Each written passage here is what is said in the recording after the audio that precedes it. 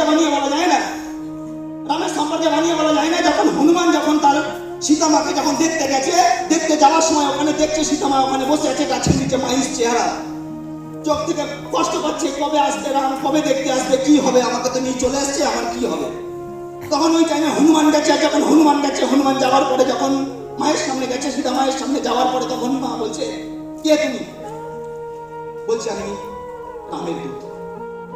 একবার নিজের পরিচয় বাতাই, একবার নিজের পরিচয় বলি যে আমি হনুমান, আমি হনুমান, আমি লঙ্কিনী যে ছিল তাকে এক চড়ে অজ্ঞান করে দিয়েছি, বলেনি? আমার রাস্তায় সুরসারা খুশির সাথে দেখা হয়েছে, আমি তাকে মেরে দিয়েছি, বলেনি? নিজের পরিচয় গোপন রেখেছে।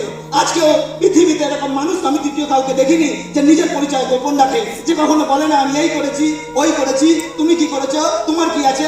সাধারণ এত বড় পয়সা থাকার পরে সাধারণ মানুষের থাকে, মানুষের মতো থাকে, যে বোঝায় না আমার মার্সিডিজ আছে, যে বোঝায় না আমার থার আছে, যে বোঝায় না আমার এত বড় টিম আছে। পৃথিবীতে এরকম মানুষের সাপোর্ট পাওয়া, কপাল না থাকলে হয় না, উপরের আশীর্বাদ না থাকলে হয় না। আর আমরা রাজনীতির থেকে এরকম একটা দুনিয়ার দাদা আমরা পেয়েছি সবাই। যে নিজের রূপ দেখায়নি, উল্টে ইনস্টাগ্রাম বন্ধ করে দিচ্ছে। যে নিজের রূপ দেখায়নি, উল্টে অন্য কাউকে এডিফাই করে দিচ্ছে।